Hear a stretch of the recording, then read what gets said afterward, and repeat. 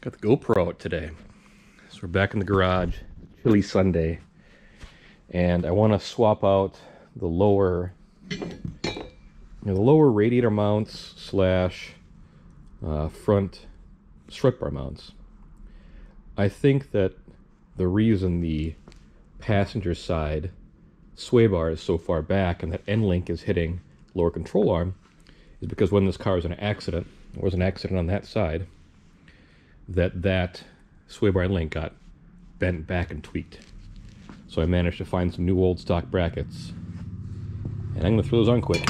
And let's see if that fixes our problem. If it does, then fantastic. If not, then everything is the worst. So the first step is going to be to pull off the sway bar in the front. It's got 2 bolts, one here and one here.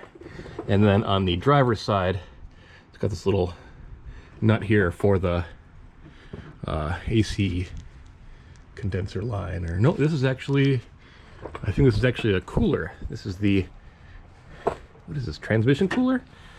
Yeah, this was the high-tech transmission or power steering cooler to. They put in here. It works. But anyway, those two. And then after that, there is a pair of bolts up here that have to come off, and this whole piece will come right off. Same thing for this side, except this side does not have that same piece. And actually, looking at this, you can see this whole side is kind of tweaked a little bit because this is going at an angle, versus this one, which is pretty much straight. So the more and more I look at this, the more I bet this is tweaked, and then replacing it will fix this issue back here. Alright, I got what I believe to be the damaged side off. Let's do a bit of a stare and compare here a second. So, let's see. It's kind of hard to tell sitting side by side. But I can definitely see that this part here is at a different angle than this part here. And this has got a bit of a, take the blade thing off here a second. This piece here has got a twist to it. This isn't really parallel with this side. You can see the top's kind of twisted in, the bottom's twisted out. Well, this is parallel here and parallel here. So this side is definitely jacked up a bit. I wish I would have thought to get the little grommets here.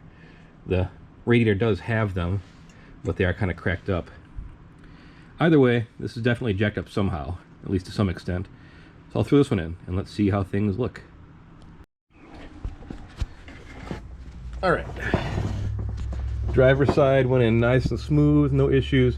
This one didn't seem to be bent at all. If it was, it's pretty minor. But now that I've got both sides in, let's move crap on the ground here and check clearance. So now, plenty of clearance behind this thing. It's not going to knock up against the back of here. Fantastic, but this was not our problem side. Our problem side was the passenger side.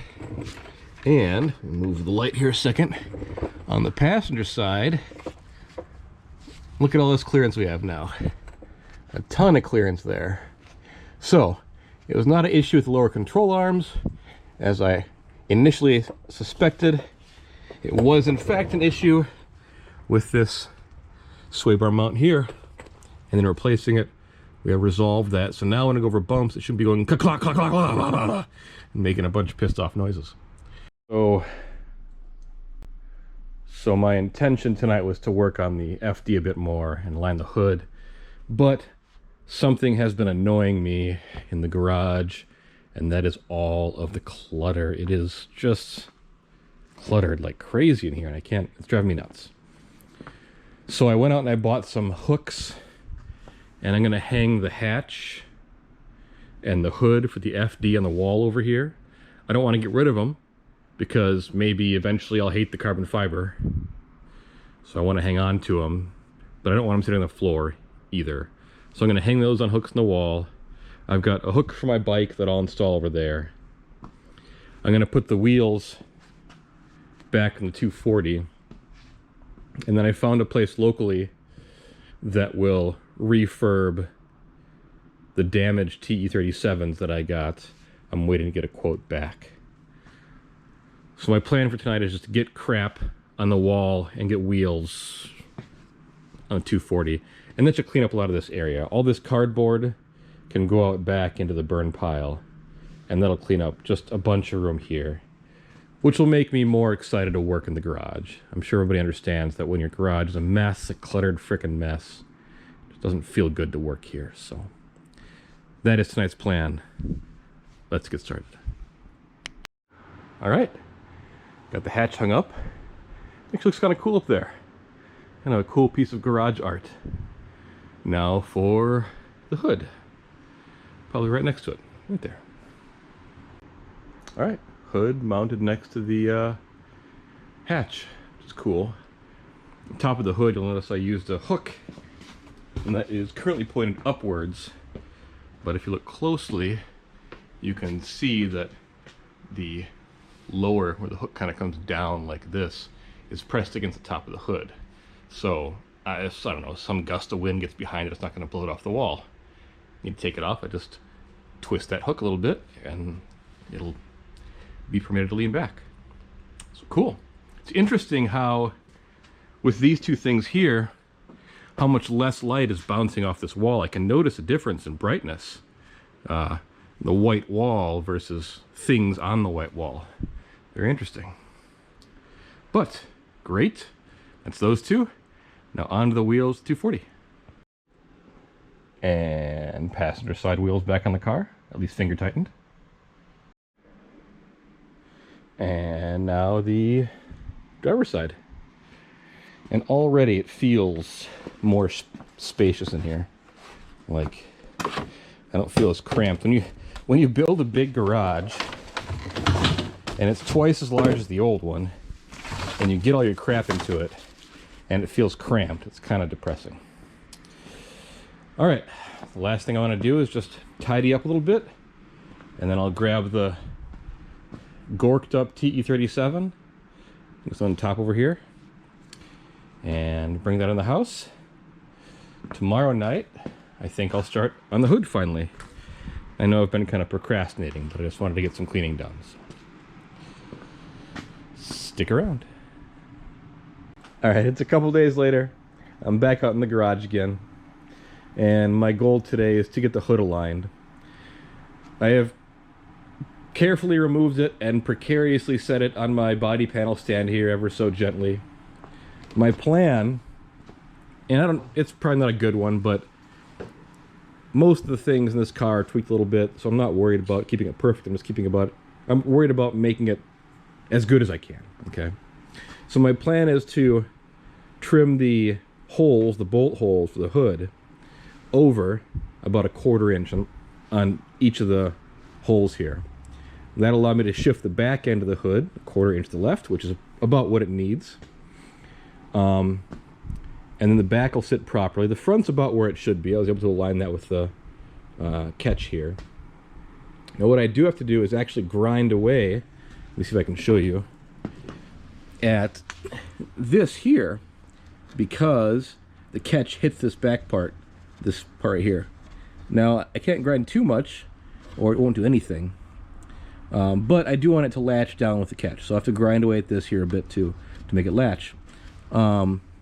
Now when you have a carbon fiber hood, it's really important to run hood pins, which I have right over here, and I won't take it out on the road until I put the hood pins on, because all it takes is wind to get up underneath that hood. I've heard stories of people coming up like over hills, and as soon as they get to the top, wind comes up under through their grill or whatever, and it rips the hood clean off the car, because that little latch there is just being held in by epoxy, right?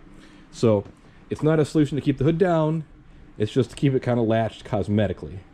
I will mount the pins probably over here in this area, something like this, once I get everything situated. But for now, just going to kind of grind those holes a little bit bigger, I don't know, laterally, if you will, and slide the back over.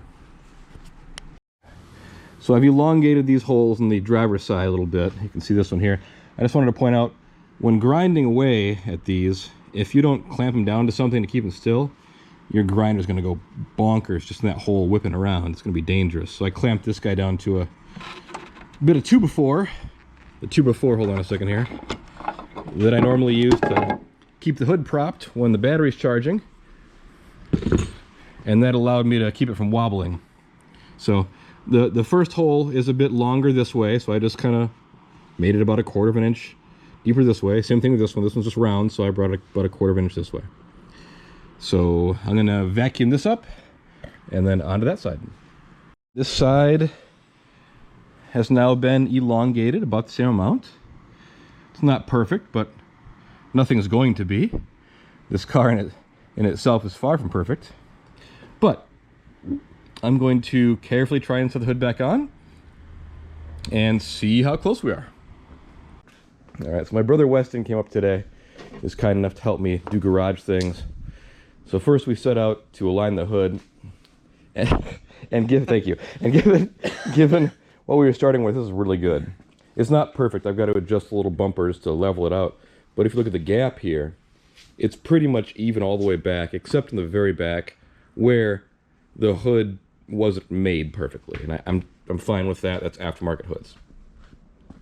The bumper's kind of the same situation where we closed up this gap a fair amount and we moved this side over about 1/8 of an inch. So this gap is pretty even to this gap. Yes, the inside here is wider, but aftermarket bumper, also not perfect. Coming over here. Now this gap is better than it was. It's still not flawless, but much better. It was pretty much right up against it before. And this hood line here looks much better. So we've made a lot of progress in getting the bumper and the hood aligned better. I need to raise the little bump stop thingies here so it sits flush with the hood and the headlights. And then I have to perform the horrifying task of cutting holes in the hood for the hood pins, but that's not today. Additionally, we're getting the stickers on the TEs, and holy crap, these look good with the stickers on them. Man, such good looking wheels. So I'm hoping that next week or so I will order some tires and take them to my dudes to have them mounted, and then we can throw them on the car. Also, it's a sledgehammer for some reason. That's happening. So once I get these in the car, then I can put it on the ground, back it in and out a couple times because I can't drive it anywhere. There's still crap in the road. And then get the ride height set up properly. And then in the spring, after it warms up a little bit, I'll take the fenders and the headlight buckets off and paint them so they'll match the bumper. They might be a shade off from the A-pillar or from the kick panels there, but the doors will be getting replaced with carbon fiber doors. So there's not going to be a shade difference that you notice there. So once we finish the wheels, the next thing though is going to be starting on the engine, where I need to measure for push rod length, order push rods and springs, valve springs, and once those come in, then I can set about reassembling the LS. Making progress. That's probably where I'll wrap this FD video. Yeet! Yeet! Thanks for tagging along and watching, and stick around for the next one.